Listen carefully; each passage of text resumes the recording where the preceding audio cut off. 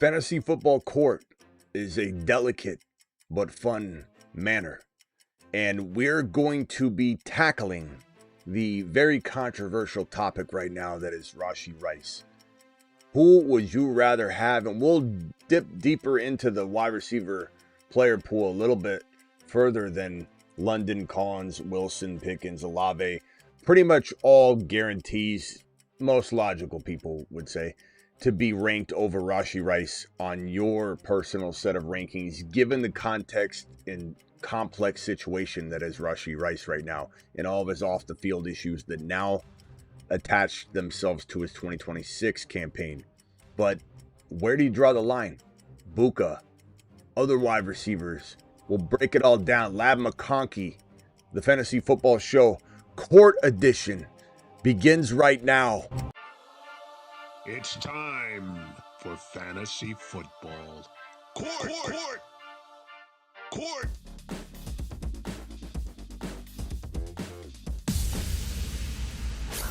Live from the fantasyfootballshow.com studios. It's the Fantasy Football Show.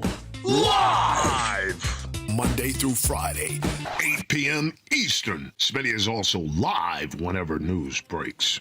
Well, looky here, reindeer. We've got ourselves a little debate on screen. Olave, Pickens, Collins, Wilson, London, Buka, maybe more. Some say Tet. What about Devontae Adams and his 789 measly yards, but 14 touchdowns? What about J-Mo Williams? What about Laddie Boy McConkey? What about Mike Evans if he's in Buffalo? So many different perspectives, I'm sure, going to be brought to the table tonight, and the phone lines will be open. And if anything, you know what, let's open the phone lines now and let's have a potential prosecution and defense team on this topic. So first phone caller will be, let's call it the defense. You're defending Rashee Rice over at least, we'll take Buka off for now, just because we'll dip into that later. But right now we'll say we're going to have a defense on Pickens or Collins or London or Wilson or Olave not being as highly valuable as Rashee Rice walking into 2026. You have to want to defend at least one of these five players on screen. Phone lines are open. Dial in. We'll have the prosecution dial in after. So this will be defense. Defend Rashee Rice's honor like Karate Kid right now. Phone lines are open.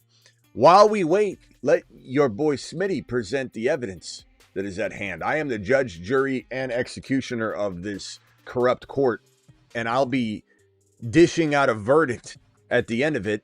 And by the way, we are the creators of Fantasy Football Court. A lot of shows out there copy us, and it's shameful. It's shameful. We never get credit for anything, never need credit. We don't need cookies or pats on the head, but a lot of the people that steal the content that we do, it's embarrassing. It's quite embarrassing. Travis is on the line here. Travis, you're defending Rashee Rice. Congratulations. And if no one else will defend him, I will. Yeah, go ahead and defend him. I imagine, can I guess what you're going to do? You're going to defend him only against Garrett Wilson. Is that what you're planning on doing, you tricky counselor? Well, I mean, wait a couple minutes, see if someone actually wants to defend him. I'll make a case for him if no one else wants. Okay, mute yourself. Mute yourself. We'll see if anybody daringly wants to call in. Try not to just call in over Garrett Wilson. Try and make a very strong case if you can. I'm not saying come in and make it up. If you really believe it, call in. I don't know that we'll get a caller, and that's okay. If nobody takes the case, then we know that the value is pretty strong against Rashee Rice being, and then maybe I open it up to Buka. Maybe I open it up to Tet McMillan. Maybe I open it up to another player, and then we have somebody that will. Oh, we got Husseini calling in. This is a corrupt counselor. He's very, very biased. Can be bought. I think this counselor is on the take. Go ahead, counselor. Make your case for your client Rashee Rice against one or more of these individuals over on my side here. Go ahead, counselor. This is Husseini. You're live. Well, not let's not talk about Wilson. Let's say London and Collins. Both great receivers. I would both take them in a heartbeat. But defending Rashee Rice, with London, we don't know who the quarterback is. So that's, I feel like, just as bad and fit for fantasy as not knowing if Rashee Rice will even play anymore or play again. Because if your quarterback is not good in fantasy, being a wide receiver is very reliant on the quarterback. If your quarterback can't perform, for example, JJ, we thought he was quarterback proof. Well, that last season proved that that's not the case. And so I personally think Justin Jefferson is a better receiver than London. And so if JJ is not quarterback proof, I know that, let's say Michael Penix doesn't play. Let's say it's somebody else that we don't know. And I don't really trust Stefanski. I don't trust Matt Ryan. I just don't trust that deal. Maybe the offensive coordinator will carry them. Who knows? But as of right now, I feel like it's even. I mean, as far as the risk, the gamble. All right. Okay. So fair enough. And I accept your argument, because a lot of that stuff, I speak all the time on. And so I can understand that. Give me the Nico argument, because Nico, unlike London, has kind of survived Mills. If it's whatever, it doesn't matter who it is, Nico's been able to perform. So give me your argument against Nico, because you mentioned Nico as well. So with Mills, 50-50, I think that Mills is better for Nico than CJ Stroud. If obviously CJ Stroud's their franchise quarterback, so thinking of, like, let's just say CJ Stroud is starting every game, because he's the franchise quarterback for them. If he starts or whatever, let's say CJ Stroud's the quarterback, I just don't trust CJ Stroud. I think he's awful. I think he's overrated. His first year he did great, and after that he hasn't done anything. And so and I think that he single-handedly is the reason that they. All right. Time's up, counselor. Your opening statement's been made. Thank you. Please mute yourself real quickly. I'm going to go ahead and step in here and say, based on what he said, there is a lot of truth to both of these arguments, and let me speak them out a little bit and kind of emphasize what he kind of mentioned. As I've said a lot, I'm worried about Stefanski. I do believe that the offensive coordinator against Stefanski and their offensive coordinator came over together from Cleveland. So we have a similar, like, you plucked both the OC and head coach in Cleveland and placed them right on Atlanta. But we watched Stefanski, even though Stefanski's not calling plays. And I have some excitement about this situation, a little bit of excitement, just because I watched this OC really do pretty well with Shedeur and not have, any sort of preparation. Shedeur was set up for failure. It was a disaster, to be honest with you. It was, I'm surprised Shedeur did as good as he did. Sometimes people say things like, Shedeur's trash, or Shedeur's never going to be anything at all. Smitty, didn't you see how he couldn't read defenses? Didn't you see how he couldn't do this, couldn't do that? But all I saw, using my logic in 20 plus years of doing this professionally, was a coordinator do pretty well in Tommy Rees in Cleveland with a quarterback that was set up to fail, literally booby traps everywhere for him. One of which being they didn't even let him practice or take a single snap with the starting offense until he stepped on the field to take the live first. Or no, actually, right before, I think, kickoff, they let him take 1 or 2 snaps from the center. This was a debacle, embarrassment of Stefanski. Stefanski should have been fired from the Cleveland Browns for how he mismanaged just that situation alone. I'm not saying he should have been fired for one specific thing here or there, or regardless of how, they moved on, right? They moved on, and they should have moved on, but he should have been fired for that one specific misstep of not preparing Shedeur and shoving him out onto the field to fail. This guy, it's like Shedeur was dating his girl, because he was hell-bent against Shedeur from the start. Wanted Dylan Gabriel, one of the worst picks in football history, to be a starter over Shedeur. Ownership wanted something different. Ownership even said Shedeur is going to start the last couple games. Everyone's going to start some games, which is setting up your current quarterback at the time, which was Dylan Gabriel, setting him up for failure because you're literally saying this ownership said we're going to start all of them at some point this year. What if Dylan Gabriel was doing good? Like, this is such a inept organization in Cleveland. No offense, Browns fans. Browns fans are amazing. They don't deserve it. They deserve better. But Stefanski was a part of this entire mess. Stefanski should have been fired during the season. Stefanski shouldn't even be an offensive coordinator, let alone a head coach. But can I say something? Can I say something bold? I think Sirianni's not much better, but he's a head coach. The Eagles have done well under Sirianni, so it is possible to survive a coach if he's not calling plays and you have a good play caller underneath the head coach. And honestly, Campbell could be considered a very good rah-rah cheerleading coach, good with the boys. They all love him there. But is he a problem as well? Is it Ben Johnson made Campbell great, and then Campbell's now falling apart without him? Sirianni needs an offensive coordinator, or he's proven to fall apart. And Stefanski better hope Tommy Rees is every bit as good as we hope he is, so that Stefanski doesn't screw up this Atlanta Falcons situation.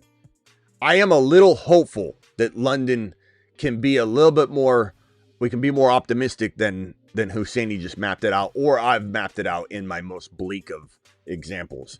I'm going to go ahead and say, Husseini, you're not wrong to call this equal parts risky. Risky that he doesn't play another snap or get suspended 6 games or 3 games or 8 games or, could be 0 games. That's a big risk. But it's not the biggest of risks right now because we're still waiting for this situation to unfold.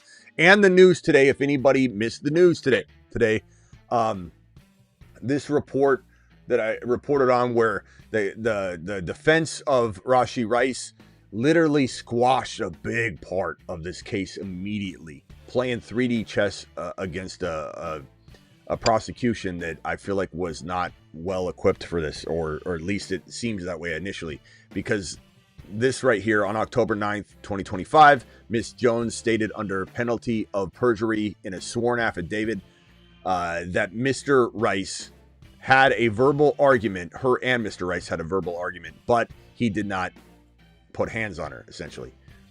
And they're basically tearing down part, if not a big piece of what the lawsuit is about. Because on this day, under penalty of perjury, she said it didn't happen. And then now she's going after him for something that did happen. Now, there's a whole bunch of documented series of things. So they could just switch it up and say, well, fine, she misremembered on that. We're going to go ahead and throw that part out. And we're going to amend it. And we're going to say that it's these other 17 occasions. There's risk involved. Because this man is hard, or not this man, Worthy, sorry. Worthy, poor guy. We were talking about Worthy earlier, so we got to put Rice up on screen.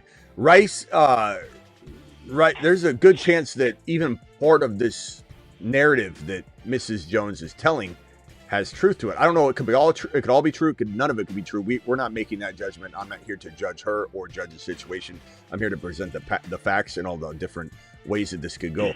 But if Rashee Rice did anything wrong and it's documented or there's witnesses, he's on a 5-year probation from the court.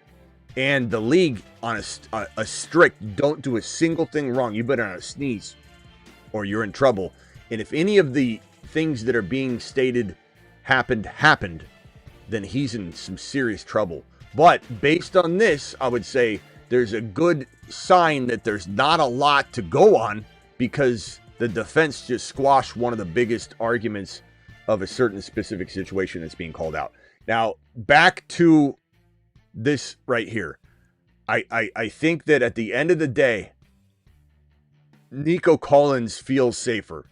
I don't think I could, and again, I'm going to draft London over Rice myself. I'm going to go ahead and deny the case for sure. Like, I'm throwing it out. But you make a real strong argument, and I agree that there's almost equal parts risk of London and Rice if things go the way that they could go. I just feel like it's leaning towards Rice getting more away with this situation or being cleared, either one. You can look at it however you want. Than not at this moment in time, given what his defense just released and the way I'm feeling about it at this moment. But there's a lot of risk involved. Nico Collins, on the other hand, very, very proven. So I've drafted London over Rice, but I understand. Nico, I'm going to go ahead and squash that immediately because Nico Collins has been pretty damn consistent. He's an amazing receiver, always capable of top 5 to 7 numbers, who was proven to be QB proof with Mills and with Stroud. If Stroud is bad and as bad as we think he could be, if things keep going awry, they'll just bench him because they were at that point last year anyway. So they're not going to stick it out with Stroud through thick and thin. Like they're at the point now where it's do or die for Stroud, and if he doesn't go out there and does, he will be on the bench. And so I think Nico is a very clear, safer play than Rice. Rice I wouldn't touch until the top of round 4 at the very earliest, but I'm trying to get him at mid 4, late 4. I wouldn't touch Rashee Rice in round 3. I'd be thanking my lucky stars or counting my blessings or whatever phrase you want to use if London fell to round 3. If Nico fell to round 3, we'd be winning leagues. If Rice falls to round 3, you could win a league, but you could also destroy your entire fantasy season. And there's enough options in round 3 to make Rice not the pick in round 3, no matter what. So, Husseini, you did a good job trying to argue the points that were at least there to be argued. But I'm going to go ahead and corruptly deny your claims, throw the case out. You're in contempt of court just for being here and picking the wrong side. But I appreciate your argument. Now, Travis, let's go over. Hang right there, Husseini. You're not dismissed yet. Travis, go ahead and present your argument for why Rashee Rice is not even as... Actually, pick a new receiver. Pick one that is not on the board. If you want it to be Garrett Wilson, you can. I'm going to take Buka off. You tell me. If you want it to be Buka or Rice, I'll put him back on the screen. If you want to pick a new receiver, Ted McMillan, another receiver, give me a strong argument against Rice in favor of a new wide receiver we have not talked about.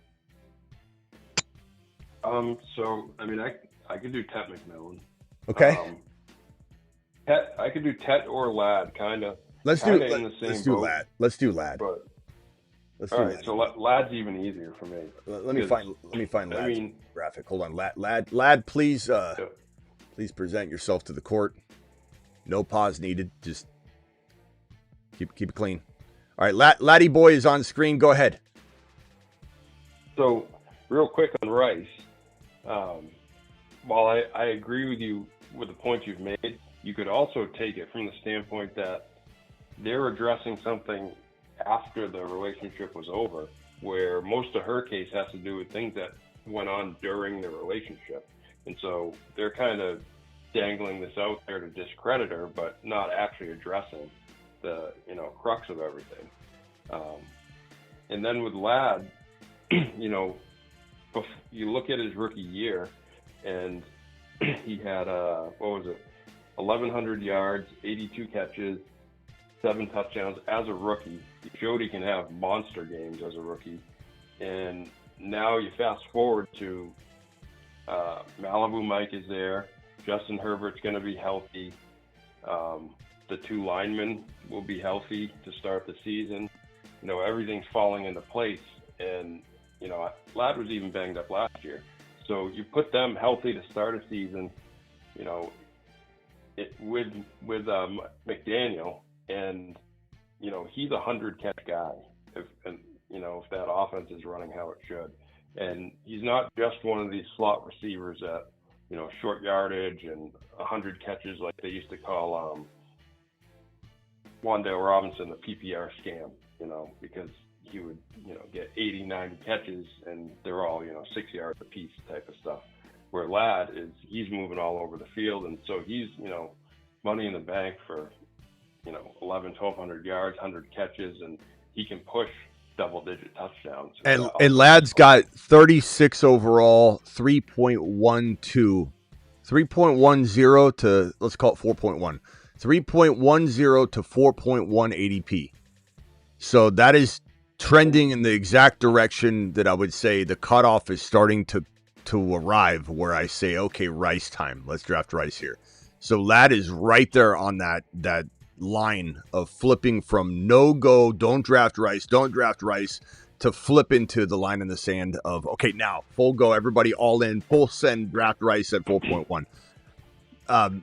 So this is a perfect ADP, and I agree with you, and I think that Ladd has a risk level because he just flopped right on his face in 2025. Like, what a bad pick, a trash pick. He was one of the worst picks in fantasy last year.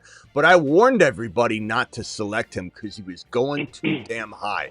He was breaching round 2 at certain points in the offseason, and he was a top of round 3 lock pretty much the whole year. It was a disaster waiting to happen. However, I loved him midseason. It didn't work out. I'm admitting that I missed on trying to buy him low, although it didn't cost anybody because you're buying pennies on the dollar. He was literally unstartable, and I'm like, go trade for him, scoop him up. Didn't amount to anything, but that's because they were completely littered with injuries. Offensive line was a mess. Herbert was playing bad. They couldn't even run the ball. Nothing was working, and the cost of entry cost you nothing because he was pennies on the dollar. But I do believe Ladd holds some risk in the 3rd round, because and the later you get him in the 3rd, the more he becomes near equal to the 4th round pick because you have bookend picks. So if you have him at 3.10, it feels like you're taking him at 4.2, right? Or 4.3 or whatever equivalent pick you have. So that's when I start to say I don't mind taking a risk on Ladd at 3.10 because I'm drafting a player at 4 point whatever that's just as good. So I feel really, really good about making him the almost 4th drafted player. If he was going at the top of 3, it'd feel a little different because it'd feel like the end of round 2 that you're investing on Ladd. So his ADP is important. I don't think he'll be at risk because there's too many big names to climb. I don't think he'll be at risk of climbing back into round 2 or even the top of round 3. I think we're good at late round 3. The later you get him, the better. 4th round would be better than 3rd round if you could pull it off. But Ladd McConkey's got easily, as you said, 100 catch potential. He's going at after T. Higgins, A.J. Brown, Tet McMillan, Olave, Rashee Rice is right there. Nico's right above Rashee Rice. Rashee Rice's ADP is going to fall, though. He's at 26 right now. Garrett Wilson's below Ladd. J-Mo's below Ladd. Devontae Adams is below Ladd. Flowers is right below that. Devontae Smith right below that. Luther Burden, then Emeka Egbuka. So the Emeka Egbuka argument that I had on screen, I'll make in a minute. I'll leave that one for me. As for Ladd, I agree with you. Oh. But would I say it's a 10 out of 10 times that I draft Ladd over Rice, though? I think if I had 2 leagues side by side, I don't know that I would go Rice and Ladd for sure. I'd be trying to pick somebody else other than Rice. But if I had 3 leagues side by side, I do believe Rice would be one of those 3.10 picks of the 3 leagues. Of the 2, one would be Ladd, and I'd be trying to find Breece Hall, be trying to find Bucky, be trying to find Garrett Wilson, be trying to find a player like that. I think, Josh Allen even. I think I'd rather go that route. I think Rice only enters the equation if I've got 3 or 4 leagues and I can take a chance in one. If I played in 2 leagues only, I don't think I could take Rice and really put that one team at risk unless I had 3 or 4 teams. It is the way I look at it. Oh, and the problem is his ADP right now is 26, so that's like 3.2. And, yeah. And so just the other thing I was going to say on Ladd in that situation too is, well, two quick things. What's up, Chris? Week 6 to 10 of last season was when everything was, clicking, started to click for them before the injuries really took them all out with the Chargers. And that week 6 to 10 were the same weeks you saw Gadsden go off. Yeah. And you saw, I think that was right around the time Herbert hit QB1. Ladd was good. Ladd was on a pace. Granted, it's only 4 or 5 games, I guess it was. So I mean, you could say, almost a third of a season. Small sample. For 102 catches. Right, but 102 catches, 1,400 yards, 10 touchdowns. Yeah, and that's what he's capable of. That's what he's capable of. Right. And I truly believe that's what Ladd is going to do. And when we said buy him, he did do well, and then he flatlined. So you could say, Smitty, you missed. I 100% landed and smashed the avoid Ladd McConkey on draft day. But then when I did come in midseason and go, time to buy, I see this as a buy signal. I admit I didn't land it, but I do believe I was on the right track, and then the whole offense just fell In apart. what you were buying it for, the cost. Yeah, it was zero risk, but I believe I would have landed that had they had some health on the offensive line and a whole bunch of things. But yeah, Lad's going to the moon. All right, let me go back to Husseini real quickly. Husseini, not anything long. You got 30 seconds to rebuttal anything you want. And, if you believe Rice is still better than Ladd even, and you probably should. If I know you're forcing the answer a little bit defending Rice, but Ladd's got such a further ADP than London. I can't imagine you draft Ladd over Rice, but are you feeling Ladd at all, or what are you thinking here? Are you going to abandon your client? I mean, I'm not going to draft if I'm being honest, I'm not going to draft Rice over Ladd if I had only one option, like only one league or whatever, or even like two. I mean, honestly, I think Ladd's in a much better position, not just off the field, but on the field, maybe 50-50. I mean, I think the Chargers next year will be pretty good. I mean, Mike McDaniel and Hampton will be finally. What about London, though? What about London, though? I know you made the argument, but in a real life scenario, are you still drafting Rice over London? Because if you will, that's a strong, crazy cross-stream discrepancy a little bit. And it's fine if it is. It's just this is the way the human mind works. This is the way fantasy works. You don't have to feel bad about it. And you don't have to change your mind because I'm calling you out on it. But it is a little wild that London's going 1-2 turn. Ladd's going in near round 4. But you don't like London over Rice, but you like Ladd over Rice. It's a little bit of cross streaming going on, but it's okay. It's sometimes it's how you feel is differently than cost of entry games. You know what I mean? Just because you don't like London, or you like Rice more, it could be that you're just going to draft a different player and then draft Rice in the 3rd round instead of London in 2. But I'm just curious what you really feel about London.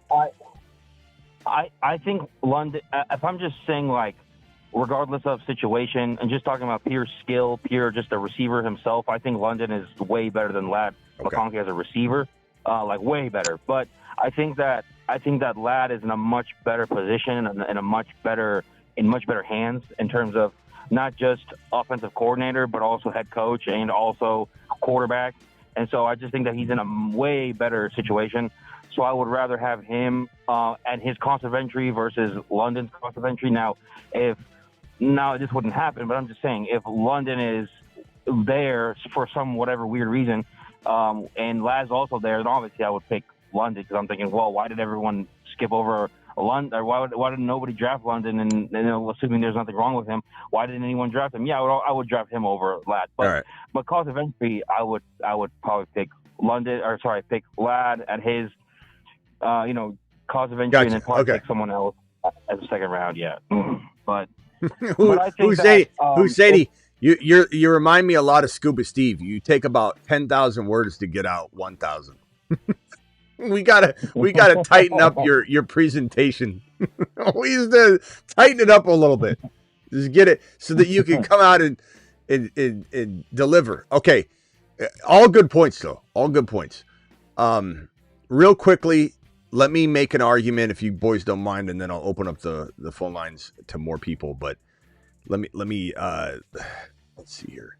And Husseini, I'm long-winded too. I'm just joking with you. All right, I think Igbuka. This is the same argument that I was kind of defending Husseini on.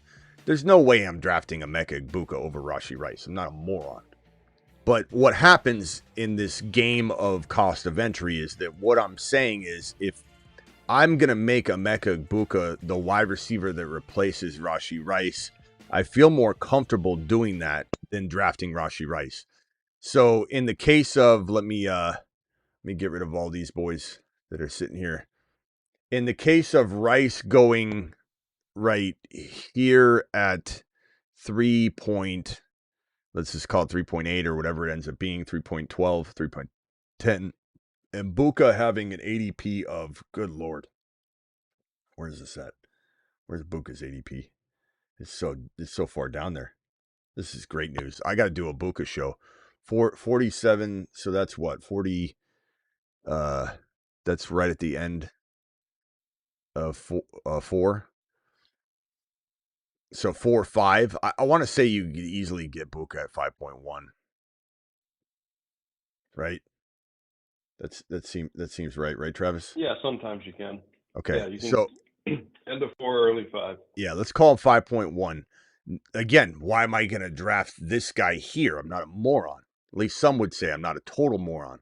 So what I'm doing here is just replacing Rice with somebody else and saying I'm comfortable with Buka taking Rice's spot in that exact wide receiver spot too. Like if this is my wide receiver 2, I'm fine with Buka being my wide receiver 2. I very much am on the Buka train this year. I think people that jumped off last year don't realize how good he was and how ungrateful you must be as a person if you enjoyed the fruits of Buka's labor, and he was literally wide receiver 1, 2, or 3 for the first like 7 weeks of whatever it was of football. It was unbelievable. It was such a good performance. There's zero chance he tripped and fell into that and got lucky, and it's not something you can't replicate. Zero. Could it be BTJ where he falls apart and drops footballs, gets injured, and then somehow goes off track? It's possible, but I don't think so because everything you hear about him is he's just a flawless route runner. His mind is advanced. He knows how to do things that veterans do. He'll outwork everybody. He's bounced around wide receiver rooms and moved all around to all the positions, but used as the secondary option, the third option, the first option, because he's had to cater to playing in the best wide receiver rooms in college football history. This guy's played with better wide receivers in college than he played on the Tampa Bay Buccaneers. The Tampa Bay Buccaneer wide receiver room is nothing compared to the wide receiver room he had to compete in college. I don't think people realize that. Playing with the best of Very the much best. like JSN. Yeah, JSN too. So that's what makes Boca and JSN so similar to me is they were so far beyond their years having to play with the most elite talent. When JSN played with Garrett Wilson and Chris Olave, and JSN was a first year starter, and Garrett Wilson and Olave were veterans on that squad, and they interviewed and said, who's the best receiver on the team? They both said JSN. They both pointed to JSN, who was a first-year player competing with two of the best prospects in football. And the same thing about Buka, playing with Jackson Smith, or I'm sorry, playing with Jeremiah Smith and MHJ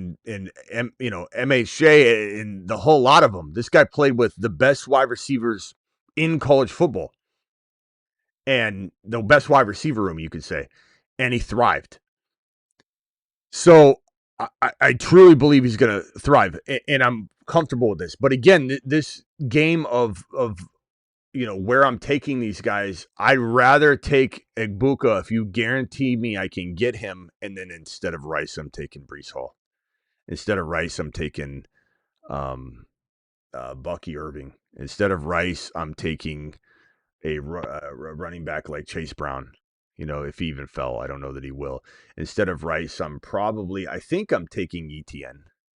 I'm not sure. It depends on what happens, but like if I had to guess right now, because we're not in the business of, if everything's safe, I'll make my call right now. I'll take ETN. If we're going wide receivers instead of Rice in the third round, I'm taking, honestly, in redraft, and this guy was on the graphic, and we haven't had this conversation yet. So since he's on the graphic, we got to now dig into this real quick, and then I'll open the phone lines, and then we'll be out of here. A.J. Brown.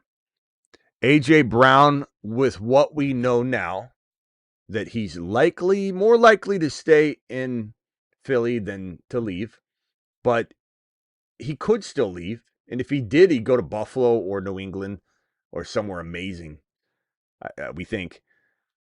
But what are we doing here? Travis, 30 seconds, maybe a minute at the most. A.J. Brown or Rashee Rice, let's say in the third round.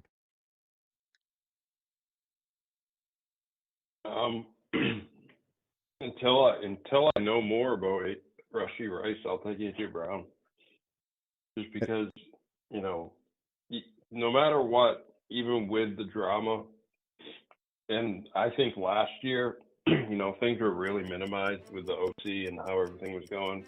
He still ended up with 1,000 yards and 7 touchdowns, which, isn't ideal, but it's going to be production. It's going to give you, a good amount of games where he's valuable. And I think it's going to be different this year, even if he's still in Philly. Chat seems slightly torn. Coordinator. Very small responses so far, but we've got Rice. We've got a Rice, the Rice emoji. We got an AJ Brown from Caps. Rumble. What do we got? Rumble. And by the way, whoever dropped that $10 Bitcoin tip on Rumble after the show, I appreciate you. Husseini, I was just going to ask you who you had, AJ Brown or Rice. Maybe he got upset because he was hearing so much Rice disrespect. I don't know. I'm going to agree with you, Travis. If push comes to shove, I'm taking AJ Brown in redraft, of course. If it was Dynasty, buy AJ Brown.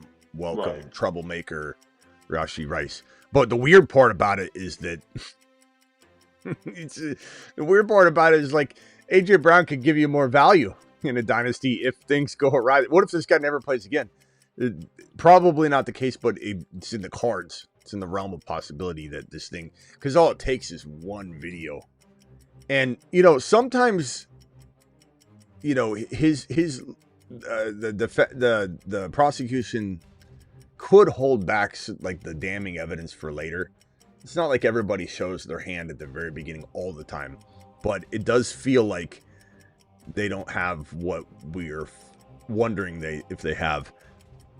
But if they had some sort of video or something emerges later, like she's like, oh my God, my friend sent me this. I didn't know I sent it to her. Here's a video of this.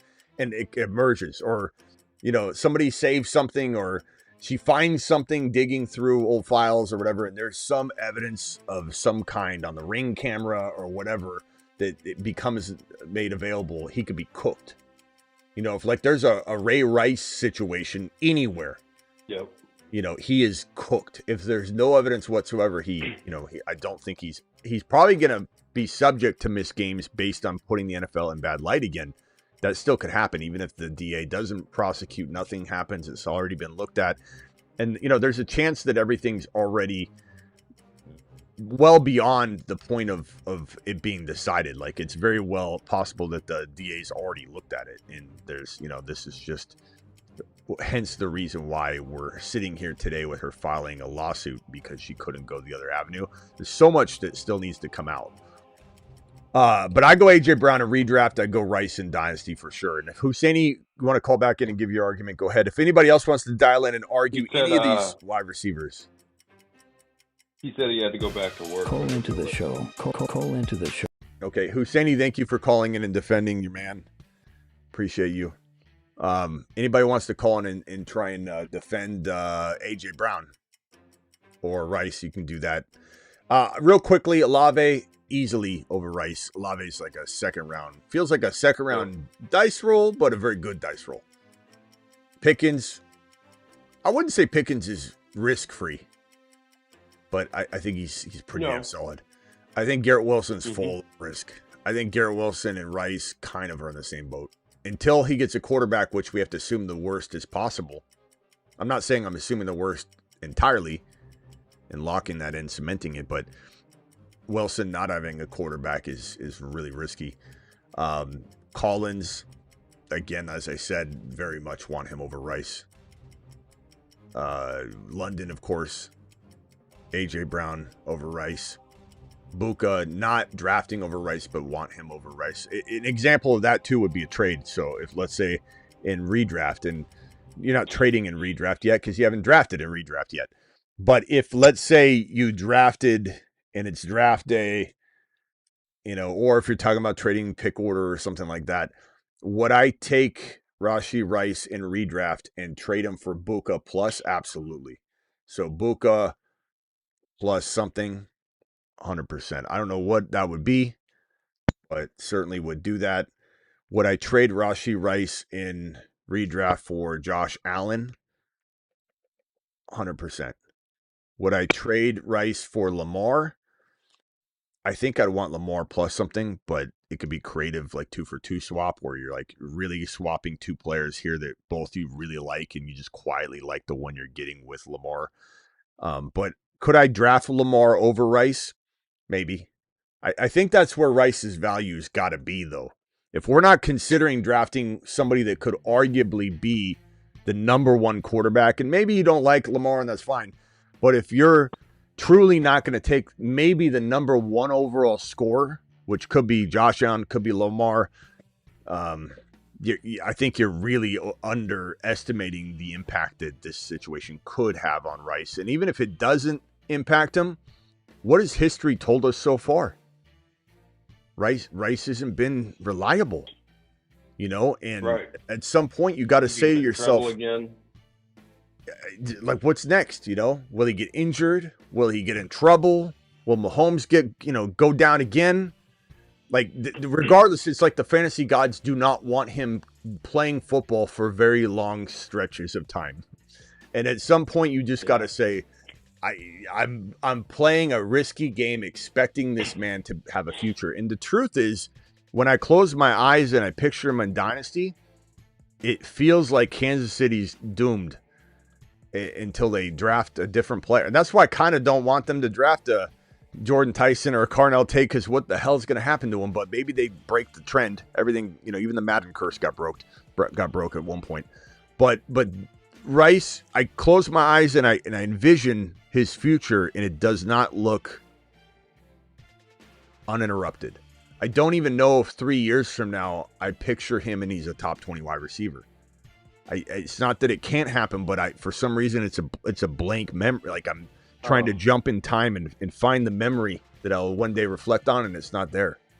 I don't know that you can trust him long term. This doesn't feel like a guy that's going to stay healthy, stay out of trouble, stay in a good situation. I don't think he's a long-term solid play. Are we doing a dynasty on him, or should I bring up dynasty right now? So I don't know. Save it otherwise, but I guess we could do a quick one on Rice. Yeah, right. let's wait for that then. It. All right, let's end it now then. Any final thoughts? No, I just think in terms of redraft right now and underdog and all that looking at these receivers, I think the line starts to get drawn closer to Garrett Wilson, Lamb McConkey, Ted McMillan, those guys, as opposed to the Pickens, Olave, Collins, London. I'd even take Ibuka over him. I'm still taking Ladd too, but Sandy wants to know if we're missing the playoffs. Don't be so. Buffs said they might. Don't be so fixated on 1 year, though. You've had a lot of good years, and you have an amazing quarterback that's going to dominate the league for another 5 to 7 years. Like, you'll be fine 1 year. You might just sit it out. But the way I look at it here, division winner is, New England or Buffalo, but the other one's grabbing a wild card spot. So there's one wild card spot down. So let's just say Buffalo wins the division, New England grabs the spot. Chargers, I think, are going to win the division. If they don't and Denver wins it, then the other one's grabbing a wild card spot. Yeah. Ravens win the division, Ravens or Bengals win the division, and the other one is in contention to grab the third wild card spot. Indianapolis truly depends. Like, don't get your panties in a bunch and just picture me saying the Ravens win the division.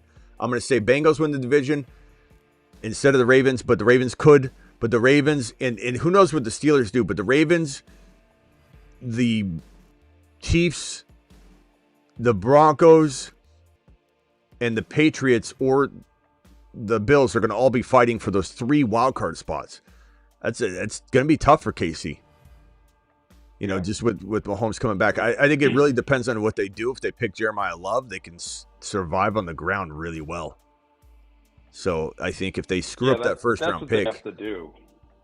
They have to solidify that running game. If they don't trade for Breece Hall, then they can make other things work. If they trade for Breece Hall or draft Jeremiah Love, I think the Kansas City Chiefs are as good a bet to grab the last wild card spot as the Ravens or the Broncos or the Bills or the Patriots. I think they're as good as any team to grab that. If they screw up this draft, and you can say, Smitty, drafting defensive player, offensive line, you're too fantasy minded. It's not about that. I understand the stakes. I do. But I always say you can coach up some of those other positions. And I honestly believe you can't coach up Jeremiah Love. You can't coach up Carnell Tate. You can't coach up Jordan Tyson.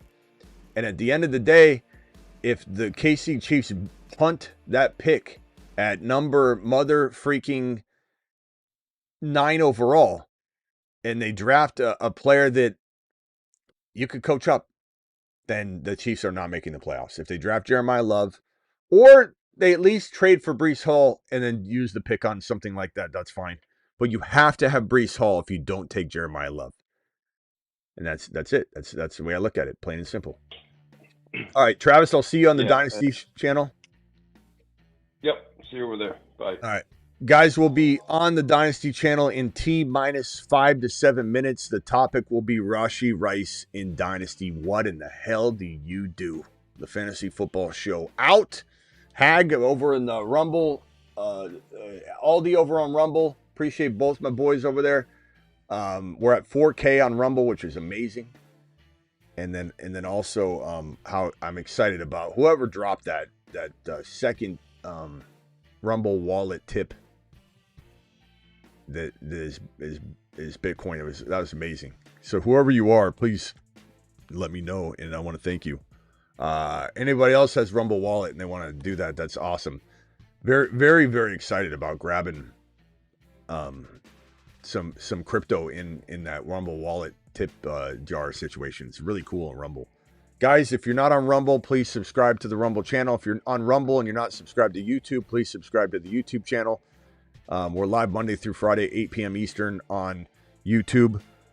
So Rumble, make sure you click that link in the chat of the Rumble live stream so that you can get on YouTube. And then if you're on YouTube, make sure you click that Rumble link I just dropped. And please subscribe. I'm going to pin the link right now. Please subscribe to the Rumble channel. You won't be sorry.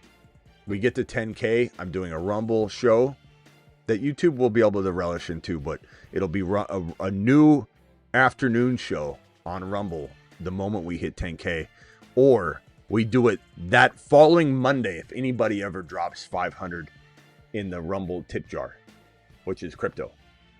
If anybody drops a 500 in BTC over on the Rumble crypto Rumble wallet tip jar, you will not only have the show, dedicated to you the entire first month that we do it, but we'll start it that immediate Monday on Rumble. You will bypass the goal of 10,000 followers that's required for that show to start for me. I will literally start it right away in your honor. Appreciate every one of you. We'll be over on the Dynasty channel. Let me drop the Dynasty link in both the Rumble live stream and the YouTube live stream. We'll be on Dynasty in T-minus 5 to 7 minutes. There's the Dynasty link for you Rumblers. Thanks again, Teflon and Hag and Aldi. Appreciate you guys. YouTubers, click that Dynasty link. Make sure you're subscribed. Make sure you're subscribed to this channel. I'll see you on Dynasty in T-minus 5 to 7 minutes. Follow all the sponsors below to support the channel. Appreciate you all. I'm live Monday through Friday, 8 p.m. Eastern. Live whenever big news breaks, and live at midnight Eastern like this show right here. Almost every single night. See you on the Dynasty channel.